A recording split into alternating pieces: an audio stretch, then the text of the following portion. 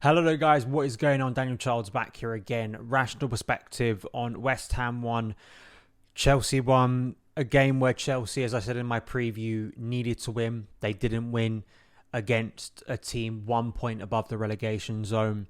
It's not good enough. And, 3 or 2 wins, I think it is now in 13 Premier League games. It is nowhere near what Chelsea should be doing with this group of players. It's hard to look at that game. Again, it's kind of just a tale of this season that, you have good moments, you have good periods, but, those periods and those high points are so short-lived. And you're kind of just brought back to the crushing reality of how miserable this season is.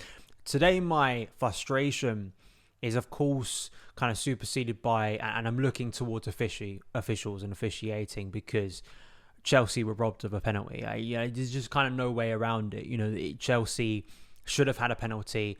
Soucek was playing as a goalkeeper, an extra goalkeeper for West Ham. And when you have that level of just awful, abundantly, bad officiating on show, it's hard to just swipe that, under the carpet and go, well, it's excuses. I don't think it is. I think it was a clear penalty.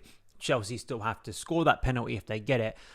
But I don't know how anyone with half a brain can look at that and go, that isn't a penalty. Of course, the one person that it matters has that brain to see that it's a penalty. And the most obvious penalty you're going to see all day, Neil Swarbrick, apparently the head of VAR for the Premier League, which makes it even more pathetic, to be honest. Can't see that. So you can get angry about that. We can be frustrated about that. We know Premier League officiating is awful in this country. It has been for years and years and years at this point. And I have little faith it will ever improve.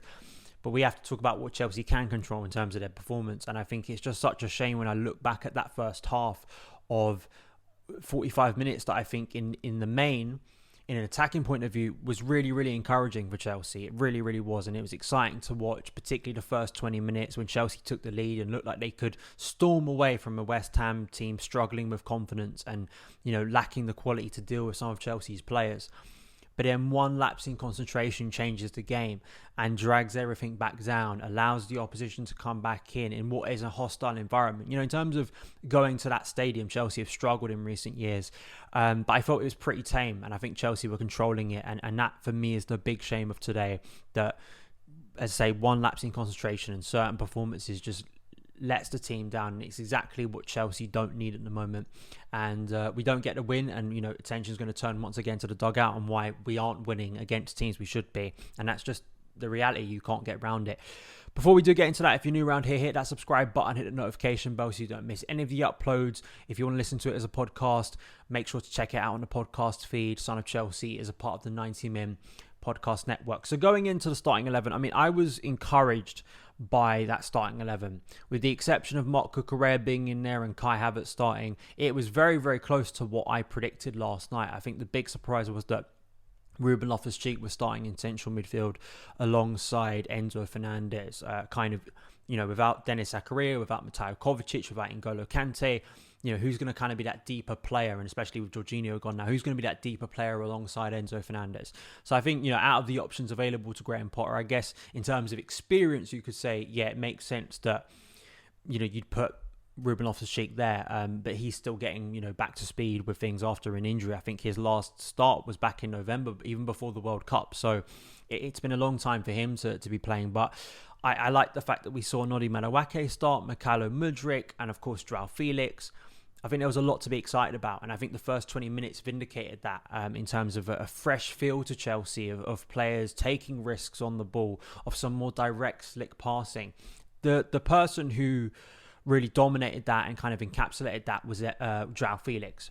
Joao Felix looks a level above a lot of other Chelsea players. I think he faded in the second half, but I think part of that was Chelsea losing control of the game in other areas and losing the physical battle in other areas. So we were incapable of getting the ball to him in dangerous positions like we were in the first 20 minutes. But really, really good from Joao Felix, in terms of that position, in terms of the way he was able to just pick up pockets, not always, in a number 10 role, but when he was floating over to the left, floating to the right, and you could just get that feeling in that first few minutes. He had the goal ruled out, a delicate chip over Fabianski, and then it hit the post, came back, and he just coolly put it in. You just got the feeling that if Chelsea were going to do something today in front of goal, Joao Felix was going to be involved.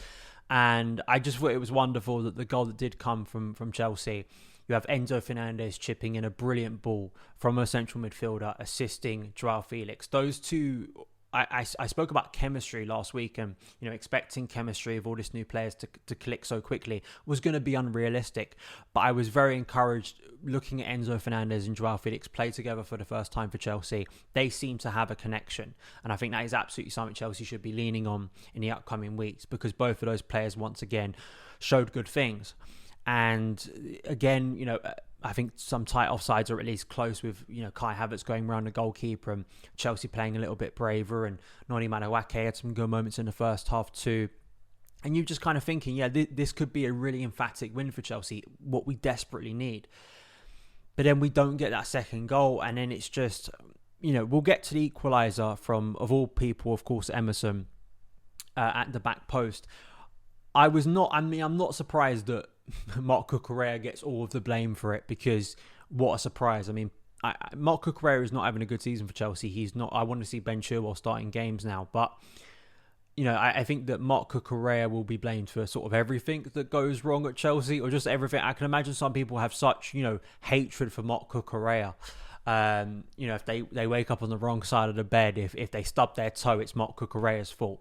Marc Cucurella could have done a little bit better to close the cross down from Soufal, but for me, I'm looking at the right side of Chelsea's defence. Where was Reece James? Where was Noni Madueke? Why did a ball that wasn't a great cross in that then gets a flick on from Bowen? Why was it then two West Ham players at the back post who could have got there, and we concede what proves to be a really devastating goal in the game, because we don't go on to score again. So listen, I know people as we know in football, like to have their scapegoats and they like to point at people, but I think at times it seems to me like Cucurella has become a very easy scapegoat, and I do wonder if that's because he has a connection to the current head coach, and we saw it with, say, Jorginho. It's kind of like a Jorginho Sarri repeat. But I'm sorry, I like Reece James, but I expect Reece James to not do a Trent Alexander-Arnold at the back post and just completely forget what he's supposed to be doing. I expect more from Chelsea's defence there, and it simply wasn't good enough, and it cost Chelsea dearly. These are moments in games that right now when Chelsea are lacking confidence, they're lacking rhythm, and you need to have those things on point, and we didn't, and in that moment, and it was very costly. And again, I think that Chelsea were really rocked by that. It looked like to me, of course, West Ham, their crowd was riled by it. The game became a little bit more direct, more physical, those things that you expect from West Ham. And I think we really struggled to ever find that tempo and control again in the game. There were periods in the second half when I felt we were able to get Reece James and Ben Chilwell in wider areas. Anytime you can get Reece and Ben Chilwell putting a good ball for Kai Havertz as well. Anytime you can get those two out wide and isolated against their opposing fullback, I think those are good moments for Chelsea. I think once again, though, it's just like I'm, in sort of an attacking point of view, I'm looking at a player like, and I know people accuse me of being a hypocrite for, scapegoating, but, again, I look at Kai Havertz and I think, why couldn't David Datro Fofana come on today earlier? I didn't understand a lot of the subs, if I'm being completely honest with you. I think that I understood, obviously, Ben Chilwell coming on. I could understand Hakim Ziyech coming on to give you kind of a threat. Mikhailo Mudryk was not having a good game. He wasn't impacting it. But I just, I'm looking at, say, Conor Gallagher coming on. I think Mount had some good, decent moments, but it was mainly for me. I was completely baffled that Fofana did not come off the bench at all in that game. When to me, I felt what we were lacking in the first half, along with the positivity we saw from some of those attackers, was more of a central focus that Felix could play off even more. And I don't think Kai Havertz was offering that. And the fact that, he doesn't come off the bench for the last 10 minutes, he's not going to be involved against Borussia Dortmund. It just made little sense to me. It really did. And I think that was a mistake by Graham Potter. I think it really was in a time when Chelsea needed it. We go back to some of the officiating problems. For me, I think Soufal could have been off the pitch to me. He should have been booked by Craig Pawson before half-time. Eventually, he was booked after half-time. When it looked like West Ham might have won the game from that set piece that was badly given away, I think, by Ziyech. But, he's offside, Declan Rice. It's just so abundantly clear. And it was just a warning. It was kind of like the foreshadowing to the awful decision that was about to come at the other end involving Soucek, was how long it took for VAR to decipher that what was clearly an offside on Declan Rice was offside. Chelsea had played a good high line. Ben Chilwell, they kept on saying on commentary, Ben Chilwell was maybe... No, he wasn't keeping him on at all. Declan Rice is one of the easiest decisions you're going to ever see. And why did it take so long for what is, for everyone... you don't have to be a trained official to look at that and go, yeah, it's offside. It's so abundantly clear that Declan Rice is standing in an offside position. There's no two ways about it. And the fact that it took that long is just insulting, really. I expect a lot better. And then we go to the other end where, Conor Gallagher takes a shot. It's probably not going, in the goal. But then Soucek does this dive. Kepa made a good say. Maybe Soucek wants to be a goalkeeper. Isn't doing that well on the pitch for West Ham this season. Maybe wants to be a goalkeeper himself. Great diving save, but should be a penalty. Even Peter Walton, who usually is the spin doctor for Premier League officials, even he on BT Sport today could not defend that decision. He said, "I can't believe that's not a penalty." Just bizarre. But just looking at a stat that Chelsea. There was no shots on target. Just looking at Opta Joe, there was no shots on target in the second half between West Ham and Chelsea. That's the second Premier League match we've done after half-time this season, after Southampton versus Nottingham Forest in January. And that in itself speaks to Chelsea's lack of creativity. And I think in terms of XG, in terms of good quality chances we talk about, I don't think you can say Chelsea made enough opportunities. If we'd made a lot of opportunities in that second half and really dominated things, and Fabianski had made some big saves, and then you have the Gallagher penalty moment, I think maybe we could turn around and go, yeah, like Chelsea had not only created a good number of opportunities, but when you're not creating those opportunities, I think you're always going to lack sympathy in those moments because, the attacking... The sad thing about that game, it reminded me, and I was thinking this, not even in kind of hindsight, I was thinking this when West Ham equalised, that in the first half, that this is going to be a bit like the Nottingham Forest game that we saw, where Chelsea scored early and there was some hope that maybe Chelsea could take control of a game. They should be winning away from home and against a team, lower down in the table.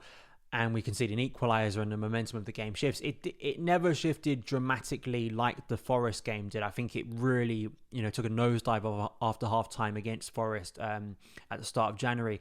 But this game was similar in a sense where that half-time team talk, you want to see Chelsea go out and exploit in the areas that they had before, and we just never did, and we never reached that peak again. I know context, it is important to say there are a lot of new players here, but it just, with all of the baggage of this season already, if this was, say, in August and you're having performances like this, I think that, a lot of people would go, yeah, but it's not in August, we're in February, reaching March, and a lot of people have seen a lot of crap this season at Stamford Bridge, and, you feel like you're just living the same day over and over again, and there's such a lack of joy watching Chelsea. I've said that so many times this season. Do not play a drinking game, because I think you'll be in a body bag. For the number of times I've said that exact line this season. But really, those are my thoughts on the game, to be honest. And we move on now to Borussia Dortmund in midweek. That is going to be another challenge. It's a hostile environment against, a better team, a much better team than West Ham.